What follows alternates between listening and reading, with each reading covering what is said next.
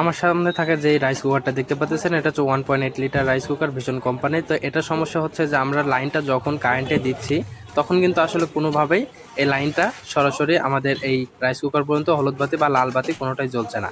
তো এটা কেন জ্বলছে না, তো এটাও আমি আপনাদেরকে দেখাবো। এটার ম্যাগনেটের অবস্থাও কিন্তু খুব একটা ভালো না। তো ভাত হওয়ার আগে যদি বারবার লাইন উঠে যায় তাহলে ম্যাগনেটটা চেঞ্জ করতে হয়, বা এটা ম্যাগনেটটার অবস্থাটা একটু নর্মাল দেখলাম, তো এটা আমরা চেঞ্জ করে দেবো। এবং দেখেন সুইচটা অন করলেও এখানে লাইন আসতেছে না।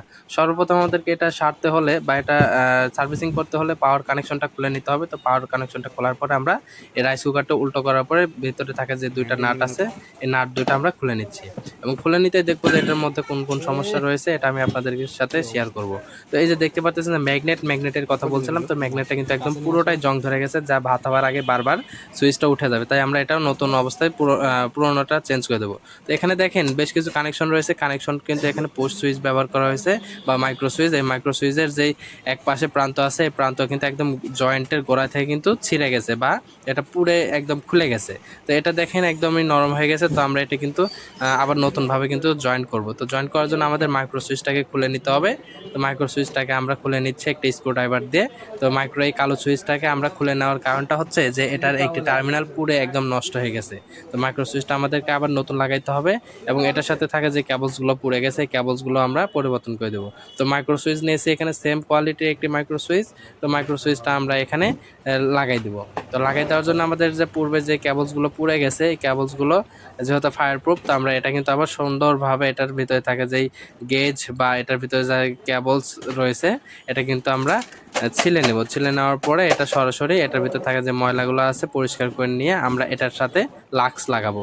যে লাক্সটা আমাদের সরাসরি যে ইয়েগুলো আছে, আমাদের যেই লাক্স বলে যেটাকে, এই লাক্সের সাথে আমরা পরিয়ে দেব। তো একটি লাক্স নিয়েছি এবং দুইটা যেহেতু কেবলস আমাদের একটি পাওয়ার কানেকশনের নিউট্রাল যে কেবলসটা আছে কেবলসটা নিয়েছি, এবং আরও একটা হচ্ছে আমাদের যে ইন্ডিকেটর যে পার্টস রয়েছে বা ইন্ডিকেটর যে বোর্ড রয়েছে এই বোর্ড থেকে আসার কেবলস, এই দুইটা কিন্তু পুড়ে গেছে সিগন্যাল বাতির। তো এটা কিন্তু আমরা সরাসরি এটা দেওয়ার পর প্লাস দিয়ে হালকাভাবে লাক্সটি লাগিয়ে দিচ্ছি যেন এটা কোনোভাবে খুলে না আসে। তো আমরা এটা কিন্তু শক্তিশালীভাবে কিন্তু এটা জয়েনিং করে দিচ্ছি যেন পরবর্তীতে এই ধরনের সমস্যা না হয়। যাদের রাইস কুকারে এই ধরনের সমস্যা আমাদের ভিডিও দেখে নিয়মিত কিন্তু আসলে সার্ভিস করতে পারবেন। তাই দাম জানতে এবং এটার বিস্তারিত জানতে সরাসরি আমাদের সাথে থাকবেন। আর এটা কিন্তু আমাদের কাছে অ্যাভেলেবল প্রোডাক্টগুলো আছে, সকল অ্যাক্সেসরিজও পেয়ে যাবেন আমাদের কাছে। তো মাইক্রো সুইচটা আমরা অলরেডি লাগিয়ে দিলাম। আর এই ধরনের ভিডিও পেতে আমাদের চ্যানেলটি সাবস্ক্রাইব করবেন। তো মাইক্রো সুইচটি প্রথমে লাগিয়ে নিলাম, শুধুমাত্র মাইক্রো সুইচ, এটার সাথে কোনো কানেকশন দিয়ে নাই। এবং মাইক্রো সুইচটা ঢেকি অর্থাৎ সুইচের সাথে এই ঢেকির সাথে আমরা এটা লাগিয়ে নিলাম।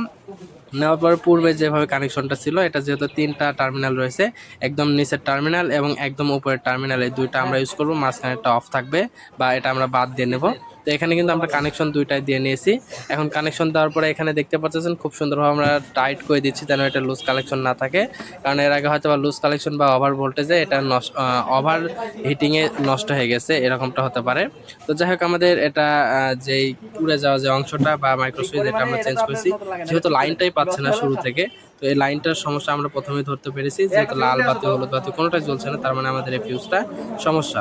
তো এই ফিউজটা আমরা চেঞ্জ করে দিচ্ছি। এই ফিউজটা চেঞ্জ করার জন্য আমাদেরকে এখানে কিন্তু সরাসরি এখানে আমরা যে সুইচটা রয়েছে এই সুইচের সাথে থাকা যেই পাওয়ার লাইনটা আসে যেটা দিয়ে আমরা সকেট যেটা কারেন্টের লাইন দিতে হয়, তা আমরা এটাকে বের করে নিচ্ছি। তো এই ফিউজটা আমরা সরাসরি চেঞ্জ করে দেওয়ার কারণ হচ্ছে যে আমরা হলুদ বাতি এবং লাল বাতি কোনোটাই জ্বলছে না, তার মানে আমরা নিশ্চিত যে পাওয়ার কানেকশনটা পাচ্ছে না।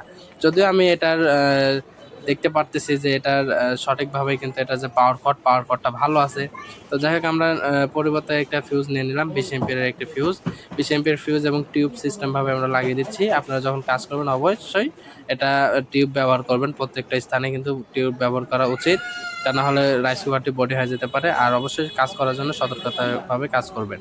তো দেখেন পাওয়ার সকেটের সাথে আমরা কিন্তু এখানে যেই টার্মিনালটা রয়েছে যেটা ফিউজ টার্মিনাল, তো ফিউজ টার্মিনাল এটার সাথে লাগিয়ে নিয়েছি এবং সরাসরি কিন্তু আমাদের মাদারবোর্ডে থাকা আছে যে ইন্ডিকেটরের যে লাল বাতির যে কানেকশন এবং আমাদের যে পাওয়ার সকেটে যে পাওয়ার লাইন যেটা আসে এই কানেকশনটা কিন্তু সরাসরি আমরা এখানে দিয়ে দিচ্ছি একটি কয়েলের প্রান্তর সাথে। যেখান থেকে আমরা খুলেছি ভাবে ঠিক সেম ঠিক সেভাবে সেমভাবে কিন্তু আমরা এখানে লাগিয়ে নিচ্ছি।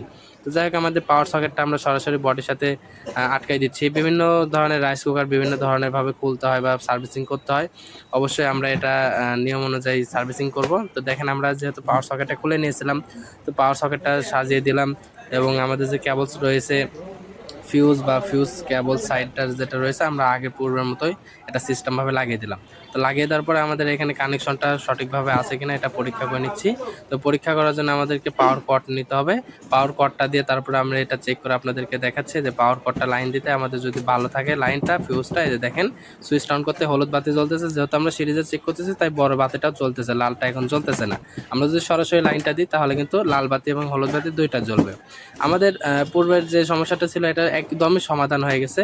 এখন যে পরবর্তী যে কাজটা রয়েছে এটা হচ্ছে আমাদের ম্যাগনেট। যেহেতু ম্যাগনেটটা আমরা যেহেতু মাইক্রো সুইচটা চেঞ্জ করে দিলাম বা অন্যান্য কেবলসগুলো নষ্ট ছিল এগুলো চেঞ্জ করে দিলাম, তো আমাদের ম্যাগনেটের যেহেতু সমস্যা, তো আমরা একেবারে এই ধরনের যেন সমস্যা না থাকে, তো সেই ক্ষেত্রে আমরা ম্যাগনেটটা অবশ্যই চেঞ্জ করে দিচ্ছি। তো ম্যাগনেটটা চেঞ্জ করার জন্য আমরা নতুন একটি ম্যাগনেট নিয়েছি। তো ম্যাগনেটটা এখানে দেখতে পাচ্ছেন, তো সেম কোয়ালিটি রয়েছে, কিন্তু আমরা যে রাইস কুকারের সাথে যে ম্যাগনেটটা পেয়েছি এই ম্যাগনেটটা কিন্তু একদম জং ধরে গেছে। তো সেক্ষেত্রে ম্যাগনেটের অবস্থা খুব একটা ভালো না। তো সেক্ষেত্রে আমরা সকল ধরনের, যেহেতু আমরা এটার ভিতর পার্টস পাতি চেঞ্জ করে দিয়েছি, ম্যাগনেটটাও চেঞ্জ করে দিই যেন 2 দিন পরে আবার এই সমস্যার জন্য না আসা লাগে। তো সেক্ষেত্রে আমরা আপনারা যেভাবে বাড়িতে সেট আপটা করবেন, প্রথমে আপনাদের বাটিটা তলার নিচে দিয়ে নেবেন এবং বাটির উপর ম্যাগনেট রাখবেন এবং তারপরে আপনারা এই রাইস কুকারের বডিটা তার উপর উঠাই দেবেন। তারপরে আপনারা কিন্তু এটা সুন্দরভাবে এটা লাগিয়ে নিতে পারবেন। তো দেখেন, আমরা কিন্তু এখানে সুন্দরভাবে লাগিয়ে নিচ্ছি।